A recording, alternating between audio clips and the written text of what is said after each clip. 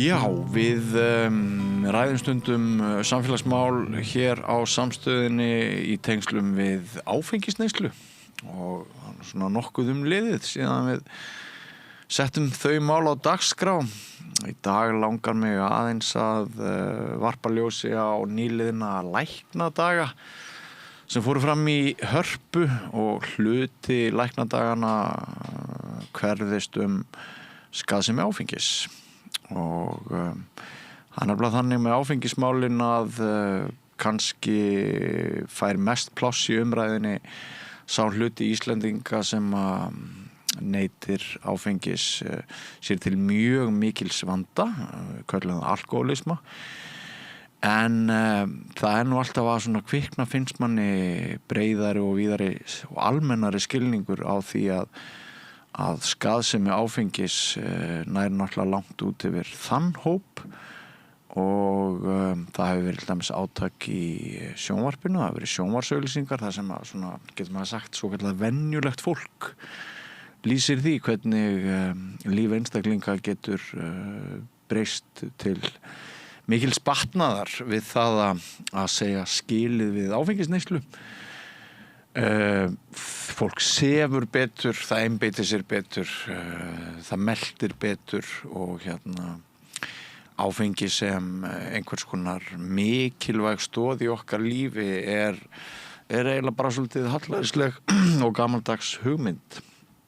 En til að ræða þessa daga og svona ímyndar breytingu kannski í þessum málaflokki komin ágætur vinur samstöðarinnar Árni Guðmundsson, ertu velkominn. Takk fyrir hérna.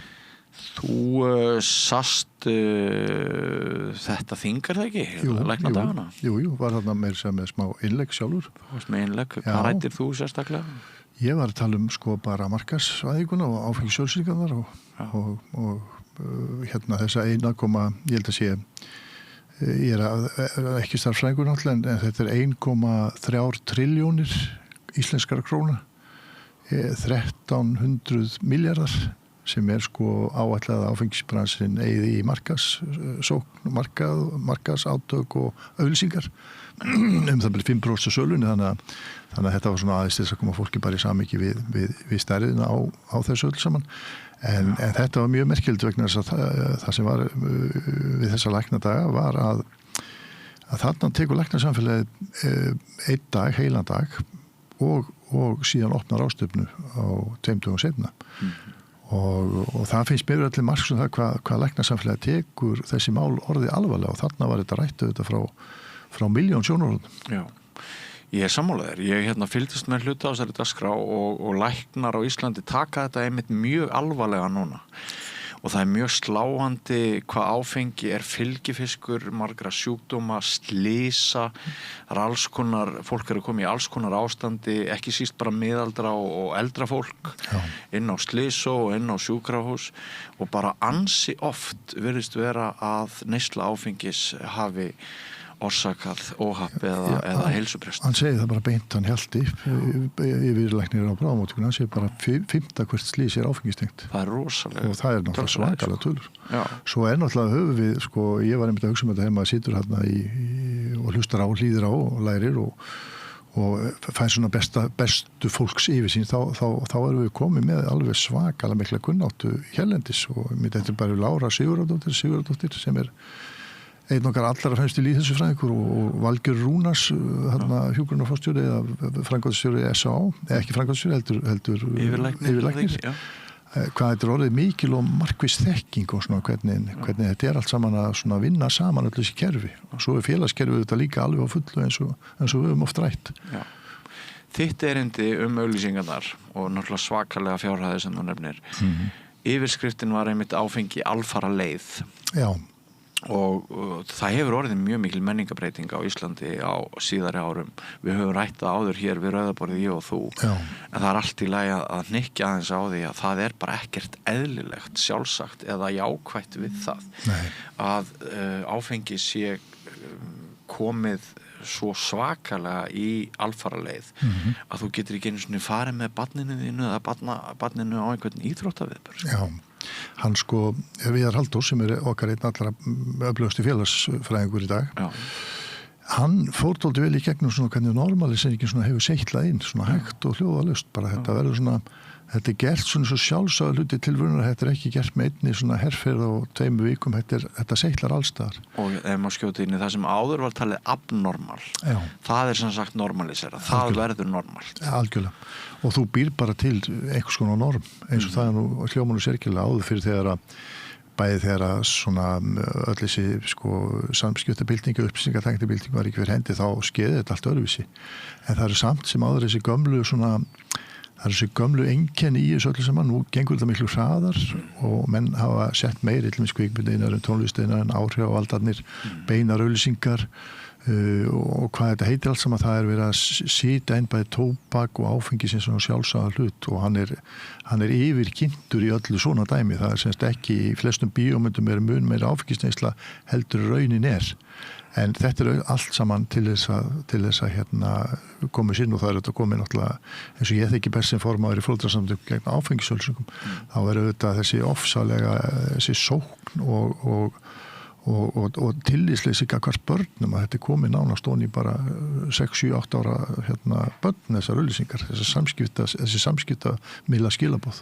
Þér haldið að börnum að veðmál séu í lagi, áfengisneysla séu í lagi, nikótínpúðar er náttúrulega bara sjálfsagðir og við erum alveg eftir að býta úr nálunum. Og fólk það er líka, ég fór nú hafði ekki tíma til að fara út í allar þessar félagsmótunarkenningar en áfengisbransin kann það líka og það er svona eins og maður tekur Díó Sörbet Mít sem er með félagslega sjálfið, hvernig það mótast þegar unglingar eru að koma sér upp sjálfsmynd, þá eru þeir með það sem að kalla svona hinn alhæfði annar sem er svona einhvers konar persóna sem þú telur að sé hinn einkennandi annar. Gaman að rifja þetta upp, nú rifjast upp kennslustundir hjá mér í félagsfræði. Er það ekki bara? Já, þetta eru klassíska kenningar. Já, það eru klassískar. Bæði alhæfði annar og svo hinn sem að tekur sér til fyrirmyndar og þá er það bara þannig að fyrirmyndar ungs fólks eru bara auglýsingafígúrur. Já. Eða bíómyndir eða eitthvað slíkt.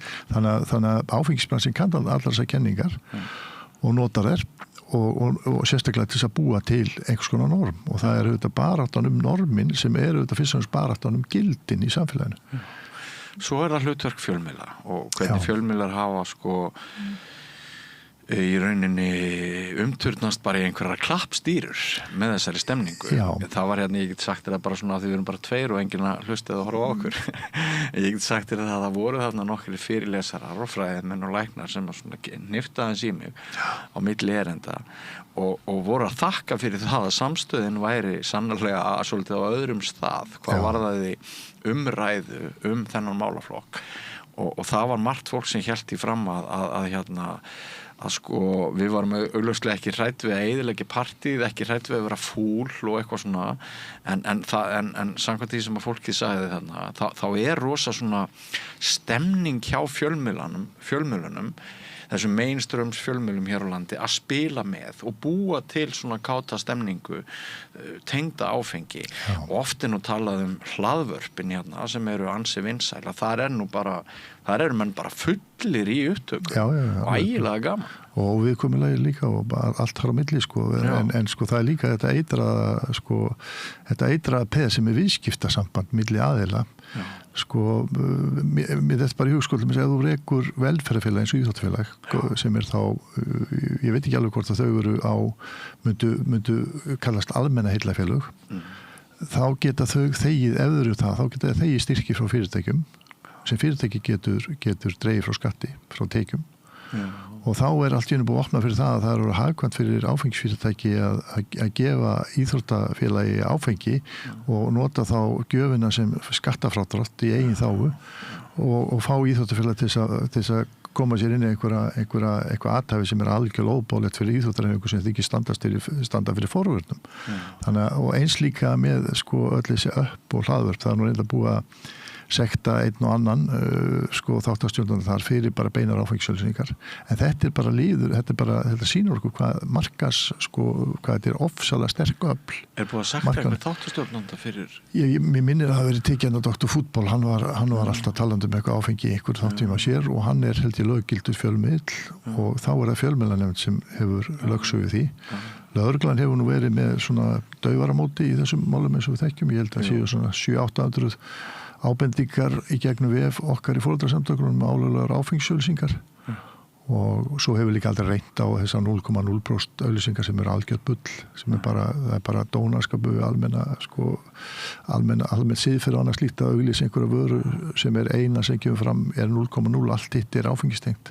Talmálið, myndmálið og allt þetta og fólk er ekki fíp sko, það bara þó að einhverju lögfræðingar. Það sögðu þeir í olíufélögunum þegar við vorum með verðsamræði fyrir nokkrum árum. Já, en það er alveg skrítið sko, eins og segir að fólk get ekki tekið afstöðu, kannski get ég talað eins og ég tala á fleiri að því að við höfum enga aðra hagsmuni heldur velferð barna og ungmenna.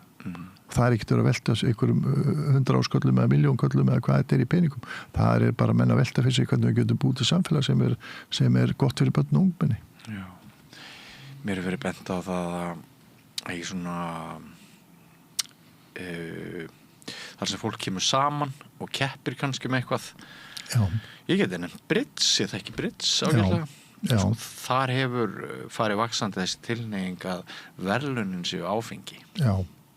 Og það virðist vera sem að áfengisrisarnir hérna, innflytjendur og haghafar, þeir séu að spreða sko víni alveg út allar trissur til þess að þetta verði alltaf einhvern veginn sýnilegra og stærri hluti að lífi okkar frá móti kvölds. Ég er hugsið yfir þessu, ég vann einu sinni á 2 ferr. Þegar ég var ungu maður, þá vann ég í 2 vínbúðum hérna á höfuðborgarsvæðinu og það var mjög stranga reglur gjafir og sem sagt hvernig áfengi gat ferðast svart á milli aðila eða hvernig maður átt að orða það. Heldur að koma þessar veigar beint frá innflytjendum eða koma þær frá þessum netsölum eða þekkirðu það? Nei, ég sé bara, nú er ekki sérstökur talsmaður ríkisrekstrar eitthvað slíkt en ég sé bara til þess að fyrirkomulag sem er núna með 80 ferri er langurugasta fyrirkomulag og til marksu það þá eru menn sko að því að læknaþingi gaf sko mikið input í samfélagi því að samfélagslu umræðu. Það hafa nú menn verið að sprikla eitthvað þarna á hinnukantinum og verið að skrifa alls konar greinar til dæmis að unglingar kaupi mest áfengi í 80 ferr og svo fyrir maður að lesa áskýrslu 80 ferð, þá voru þeir með svona senda þeir fólk á aldrei 20 til 25 ára og sem tekka á skilríkjaftliti og það var í einhverjum tilfellum sem þetta fólk var ekki spurt skilríki og þá segja einhverjir hagsmunaaðilar, einhverjir innlendir, erlendir netsalar, þeir segja þetta sé dæmi það að 80 ferð selji unglingum þó þeir selji 20 til 25 ára ungmenni eða fólki áfengi, þá er það ekki ólöglegt.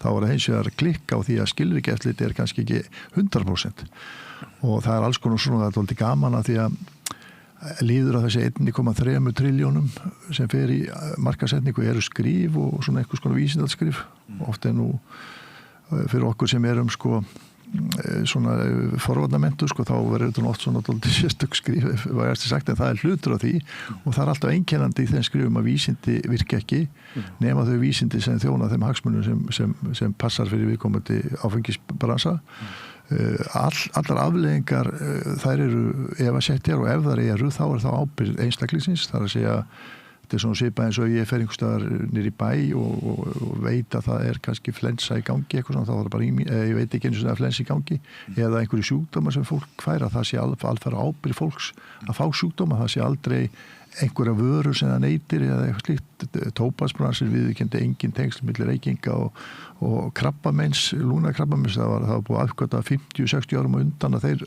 dröttust þess að viðurkenna að sígarettur væru krabbameinsvaldandi og það er svo mikið svona dæmi í þessu sko og þess vegna held ég þetta sé sko við erum svona í einhverju þetta er einhver svona barátta normin eða gildin og þetta er líka dálítið, ég horfi dálítið á þetta því ég er félagsupsfræðingur sko, ég horfi dálítið á þetta sem sko þetta er svona hvert er samfélagið að fara og ef það er að fara einhverju vill svo átt þá þurfum við bara að skipta okkur af þessu.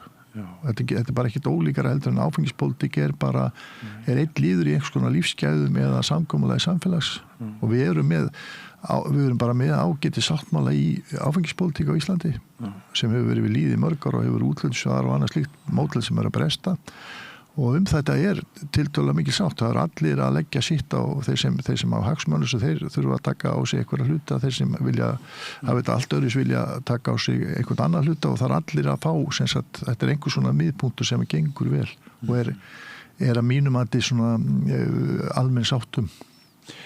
Af því að þú nefndir ungt fólk og mikilvægi þess að við verndum hagsmuni barna, þá eitt af því sem að vakti athygli mína, það var að þá fleiri en einn sérfræðingur sem að nefndi það þarna í hópi læknanna sem fluttu tölur, að við værum sennilega að byggja áfengiskaupa aldur á Íslandi sem 20 ár á úreltum og gömlum rannsóknum. Já. Og nýrri rannsóknir bentu til þess að skaðsemi etanóls eða áfengis, eins og við köllum það yfirleitt, á heilan og einhver framheilan hjá ungu fólki. Og ég gæti ekki heyrt betur en að við værum ekki að tala um það mikla neyslu, við erum ekki að tala um blackout dag eftir dag, við erum heldur bara í rauninni að öll áfengisneysla fyrir framheilinni ungu fólki, hún hafi það skaðlega áhrif að nær væri að hækka aldurstakmarkið upp í 25 ár. Já. En að þurfa allavega einu svona ári að hlusta á hóp sjálfstæðismanna á Alþingi halda því fram að við þurfum að lækka áfengiskaupa aldur niður í 18. Fannst þér þetta ekki svolítið áhugavert? Jú, mér finnst það mjög áhugavert og líka bara raun og veru þetta með allar þessar nýjustu rannsóknir sem eru þessar, að þetta þetta svo eru þessar mýtur það allir að eitt rauðvinsglas á dag sé gott fyrir hjarta og allt þetta meira minna bara einhver tilbúningur sem áfengisbransin býr til. Já. Og þetta liður í að normalisera, en það eru allar þessar rannsóknir áhrif áfengis á heilastarfsemi og þroska og það alveg vitað mála til dæmis að það alls konar rannsóknir tilnáttúrulega, en það vitað mála áfengi hefur haft verulega slæma áhrif og það líka bara mitt eftir í hug. Ég heyrði daginn og nú hef ég ekkert fyrir mér vístilega, en ég heyrði það allir með það sem kallað Korsakoff-syndrom. Það að segja fólk sem drekkur sig þannig að heilastöðan fara eitthvað að ruglast og þú átt erfitt með gang og dettur út og færi svona hálfgert Alzheimer, að það fjölgun í svoleiðis sem þá dæmi fjölgun í ofdrykkju. En í raun og veru kom alltaf fram fleiri rannsóknir og það er líka eins og krabbameinslega verið að benda á þessar fjölmörgur rannsóknir tengsl áfengisneyslu og krabbamein sem eru mjög sterkar og miklar. Og svo finnst mér hann alltaf mjög afdráttarlausan Hjalti, yfirlæknir á bráðamóttökunni þetta. Hann segir að þetta terpentin í einhverju formi sem fólk að drekka í raun og veru. Og sé bara verulega óholt bara í öllum skilningi. Já, leysir bara upp. Já, svo eru líka til þess að hann var nú góður mark þarna frá Evrópusambandinu, hagfræðingur sem hefur verið dálítið svona lýðheilsuhagfræði, mér fannst hann mjög skemmtilegur, hann var þarna morguninn. Hann var með mjög sterkt innlegum bara svona almenna kostnað af þessu öll saman og þetta alveg brjálaslegu samfélagslegu kostnaður, ekki bara Íslandi. Hér á landi að talið á annað 100 milljarða. Já, og við vitum það bara hver hreinn áfengislítir af áfengi sem bætist við. Það svona 17-18 milljarðar í heilbrigðiskerfið eða félagskerfið. Og þessna líka því ég var nú að lesa grein eftir einhver snillingin handa hinum með borðsins að þetta virkaði nú ekki neitt og það myndi ekkert breytast og það hefði ekkert breyst þegar bjórinn kom. Áður en að bjórinn kom þá var heildaneyslu í Íslandi kringum svona 4,1 lítrar á reinum mínanda á persónu og allir lýðheilsufræðingar og félagsvísinda fólk þess tíma sagði að effektin verður svona cirka 2 lítrar og í aukningu og það var raunin á svona 4-5 árum eftir. Þú veist, það ekki, ef við myndum að leyfa áfengissölu frjálsa á morgun þá fer ekki áfengissalan upp 1, 2 og 3 ef við myndum hafa þetta bara allstar í búðum og 24/7 og í netverslunum og hvað þetta að þá fer neyslan ekki upp með 4-5 lítra á mómentunum en það tekur einhver ár að koma sér í vesinn. Ég sjálfur bara þeirra persónulegu skoðunar að til dæmis innflutningur á bjór þegar það var heimilað. Já. Það hefur nú kannski verið svolítið skrítið að halda bjórnum frá Íslandi. Já. Og mér gæti ekki, ég hef engar neikvæðar hugmyndir neyslu áfengis við ákveðin tækifæri, engar neikvæðar hugmyndir, bara alveg sjálfsagt í okkar menningu að hluta til. En það bara einhvern veginn, það þetta, við getum nánast talað siðrof, sko. Það hérna, það þessi umbylting sem að verða samanber þetta með íþróttaviðburðina og allt það. Og það, sko, það mjög erfitt að koma því heim og saman á sama tíma og fræðamannasamfélagið og læknasamfélagið segir hingað ekki lengra. Já. Áfengi stórskaðlegt. Og við ættum helst að bara að neyta þess að með mikilli varkárni og sjaldan og ekki mikið í einu að þá blómstri sko einhvern veginn vígstöðvar almennrar drykkju niður í börn. Já, algjörlega, og þú sér bara sko þetta er eftir mikla slæja sko, þessin alltaf sniðu þetta ríkisjá bara um þetta og hyrði þá ágóðan af þessu til þess að mæta þeim útgjöldum sem verða vegna skadans. Þannig að það en það er líka bara að maður fyrir ofta að hugsa það sko að íþróttahreyfingin sem náttúrulega í vanda og á hálfgerðri krísu en ég held að sko ég les klefa bara hreinlega þannig að þetta eru boltaíþróttirnar og þetta eru svona einhver menning í stjórnum þessara félaga sem yfirleitt einhverju miðaldra kallar sko mestmegnis sem fullu virðingu fyrir öllu fólki sem eru sko fyrst og fremst bara í svona einhverju fótboltarekstri eða handboltarekstri og alltaf að redda pening fyrir einhverju nýju leikmönnum og allt þetta og þá allt í einu vinu þeirra orðin bjórbransinn sko og það eitthvað svona sko ég held nú samt sko ég nú samt bjarsýn á það að íþróttahreyfingin taki sér tak og segi bara eins og hennar markmið eru að vera með heilbrigða sálir haustu líkama og þá þetta ekki með bjórdóllu eða brennivín á kantinum. Fíbullandi vandræðum út af þessu?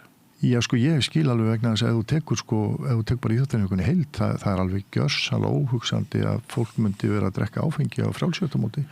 Það er eins bara, það stjartfræðilega sko, en einhvern veginn finnst mönnum sko... Það einhver klopningur innan MFI Ég held það og ég held þetta sé líka sko, það er eins og segir með áfengispólitíkina ég held að sé þannig sko, þetta er alveg svakalega sko, sterkur og hávar hagsmunahópur sem með svona eitthvað pólitískum fylgjendum í kringu sig sem þá oft, sko, þetta var oft mikið miðað við unga sjálfstæðismenn sem gerðu þetta málinu lífsins að koma áfengi í maturveislanur og eitthvað.